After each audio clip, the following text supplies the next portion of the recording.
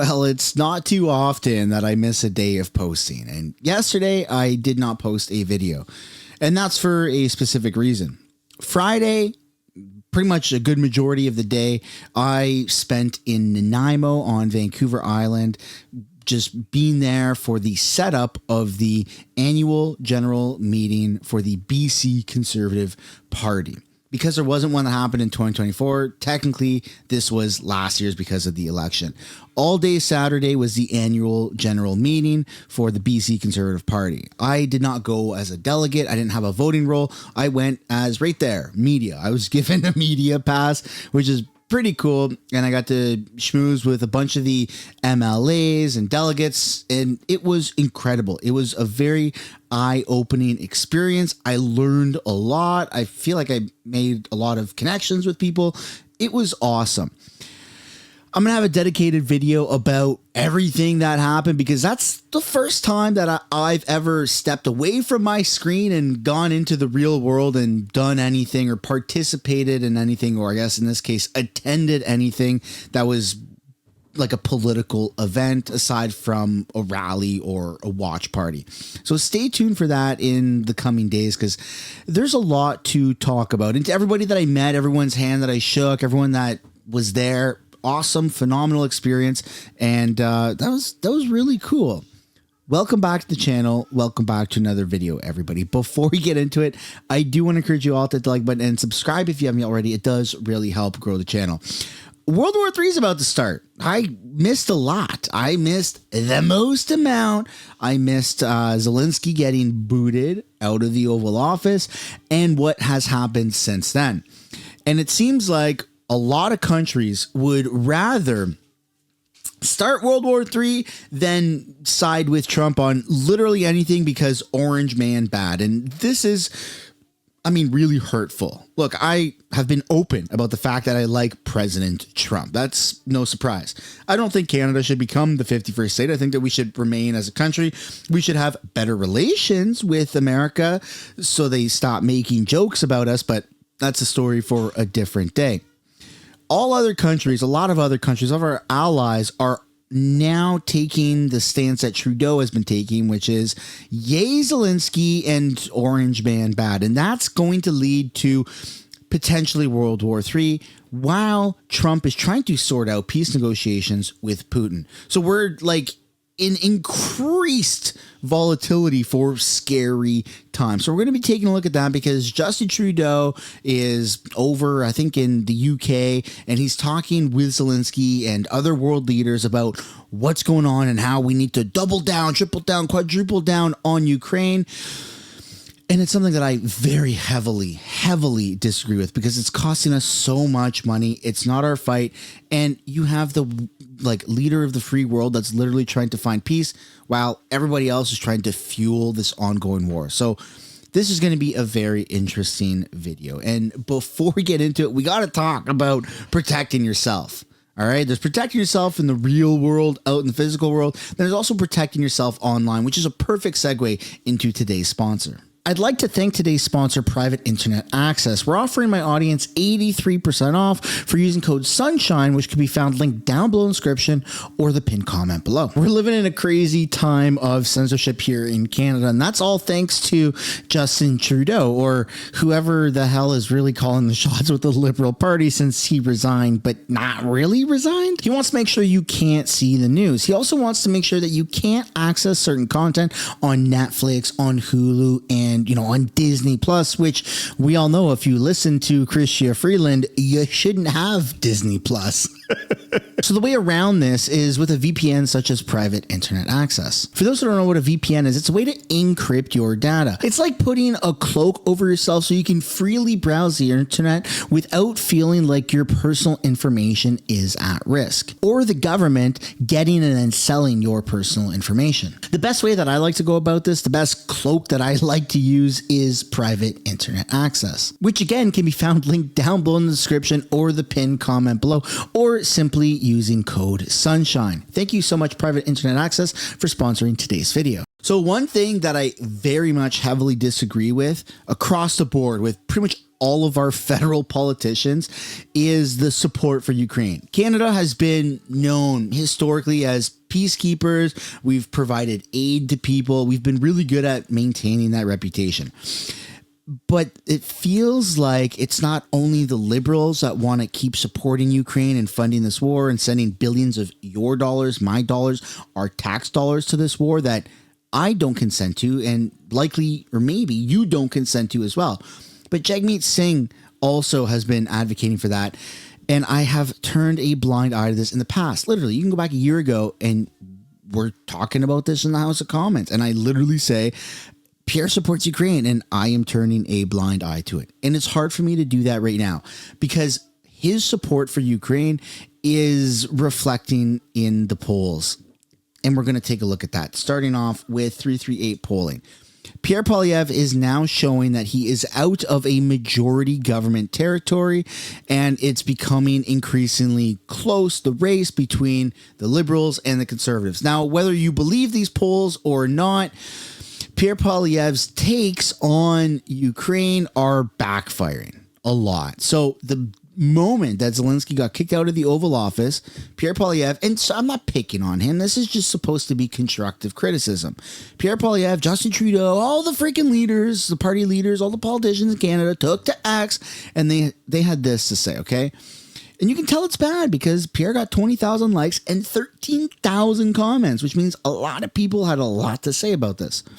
Pierre said, as leader of Canada's common sense Conservatives, I've always been clear. We stand with Ukraine and its defense against Vladimir Putin's illegal invasion. I also firmly believe that the future of Ukraine must be determined by the Ukrainian people. Conservatives will always stand on the side of freedom and democracy, which is like a very interesting way to end that because Zelensky has canceled the elections that they were supposed to have a year ago or more because of the war that's been going on.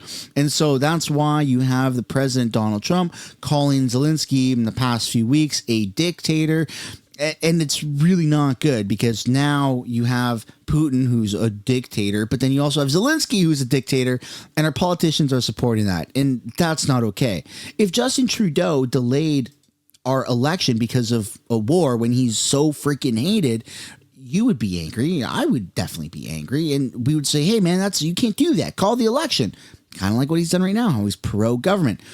So our politicians, our Canadian politicians supporting that and what that man is doing, Zelensky, I just don't think that's good, right? Like they've committed not just the $5 billion that they recently committed, but Justin Trudeau admits very soon that you're going to see in this video that Canada's already given Ukraine $20 billion.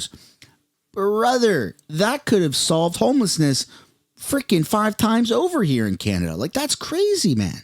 That's absolutely insane. And so now let's take a look at what Trudeau said in his recent press conferences earlier today, such as the $20 billion that Canada has already given to Ukraine. Here we go. We've also invested close to $20 billion in supports for Ukraine, military, economic, and other. And we're going to continue to be there to support Ukraine. We've also invested close to $20 billion. Folks, that is so much money. Look, I feel bad for the Ukrainian people. I really do. I don't think it's good for any country to be a war-torn country. I really do genuinely feel bad. And Canada could be coordinating some humanitarian aid with other people, providing, meals or providing first aid, but sending our literal bullets and our troops, which we're going to get into right now, is leading to us experiencing financial turmoil. And it's also, as we're going to see, leading to potentially World War III. It's pretty terrifying. So let's take a look now at a couple different clips of Trudeau's press conference. The facts establish very clearly that Canada is not an issue in terms of source of illegal fentanyl into the United States. We had about less than 1% when we first started talking about this many months ago. That number is significantly lower than that, even now. But we all know the American administration will make its own choices in terms of tariffs. We will continue to work to ensure, to do everything we can to make sure that there are no tariffs on Tuesday. But if ever there were tariffs on Tuesday, as we have all seen, as we were ready to do last time, we will have a strong, unequivocal, and proportional response as Canadians expect. Significantly more on defense.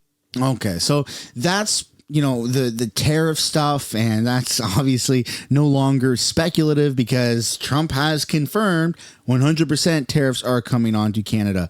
But now let's take a look at what Trudeau is doing in his literal last week. Less than 7 days away from no longer ever being a Canadian politician, no longer being prime minister of this country, just going back to being a private citizen in literally like for five days from now. Craziness, 5 or 6 days from now. And here's what Justin Trudeau is suggesting that we do, or committing to: sending not only troops, boots on the ground to Ukraine, but it seems like it's almost advocating for nuclear war. Good evening, everyone. It was good to be here in London today. It was important for Canada to be there with allies as we discuss the importance of standing united in defense of Ukraine and in pushing for a durable and lasting peace in Ukraine. We all have important roles to play, and we've recommitted today to continue to do that. And we're going to continue to be there to support Ukraine as necessary with whatever it takes for as long as it takes, because Ukraine is not just defending its own territory, it's defending the very principles and values that underpin all of our democracies.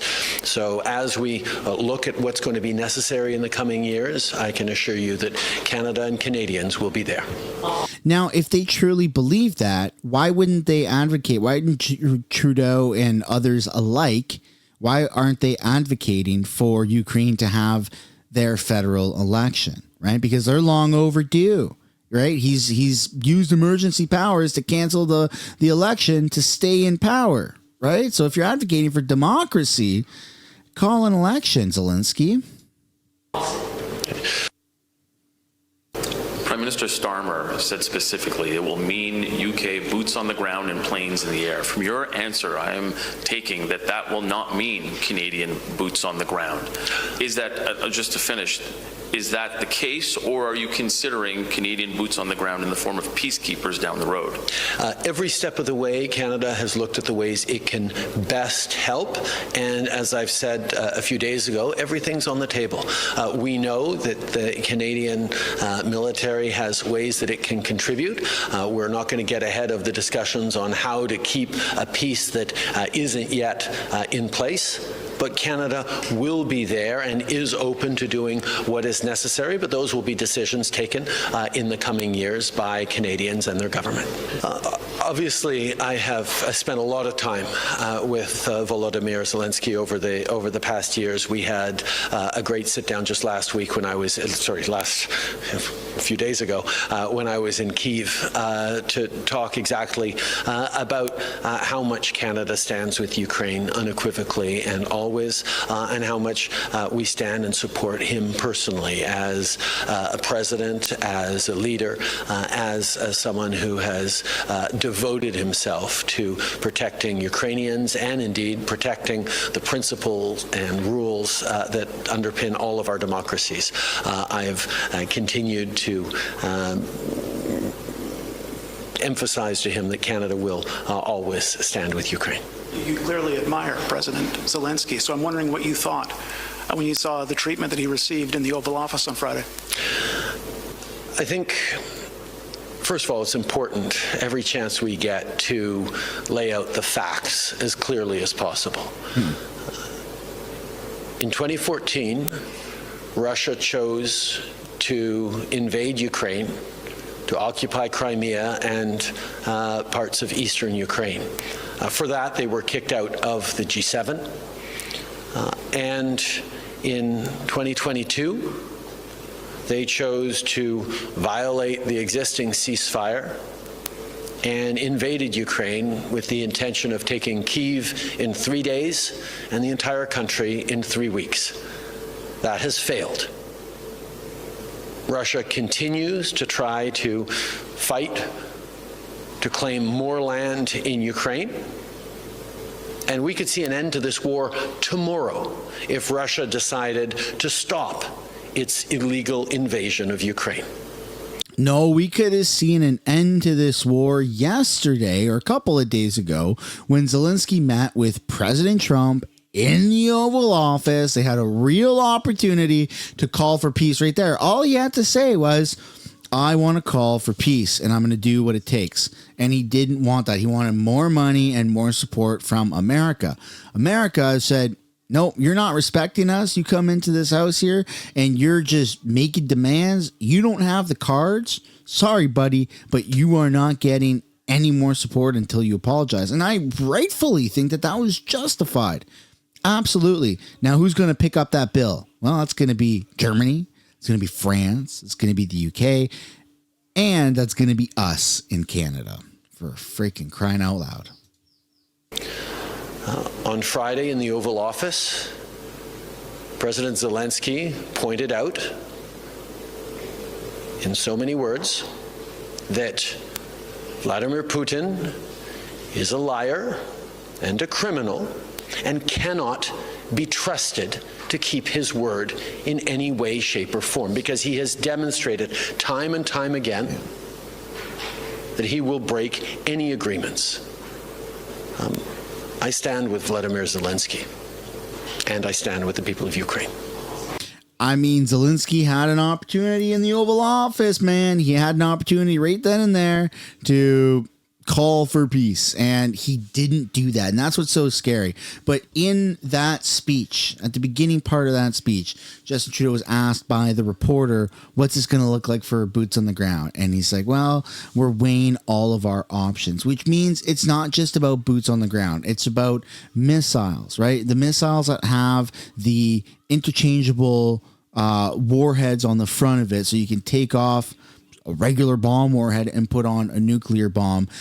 Ukraine already has that. They've got it in their possession. They're waiting for approval. And it just seems like we missed the boat for peace, and now we're going a different direction. And America doesn't want a part of it. America's been trying to call for peace, right? Well, Trump has, not Biden, right? But Trump has. And I feel like it's getting scarier by the day. It's getting absolutely scarier by the day. But that's my opinion, folks. I would absolutely love to know yours. I would love to see a Canadian politician say, look, we support Ukraine, but not like $20 billion of support. We're there to provide stuff for people that's not military equipment or money or troops. Maybe we can help train troops. Canada's done a lot of that in the past, but actually being actively involved with the war, I don't personally agree with, right? We are fighting against Russia right now, essentially, with our literal troops, with our literal money. It's too much money, and I think that it needs to stop. Again, my personal opinion, I would love to know yours, and I think that this kind of topic right here is a really big negative for the Conservative Party of Canada. I feel like Canadians are just fed up with warmongering, with feeding into the military industrial complex. Canadians just want to fix our own stuff. And that was something that I noticed even walking around Nanaimo at the BC Conservative annual general meeting.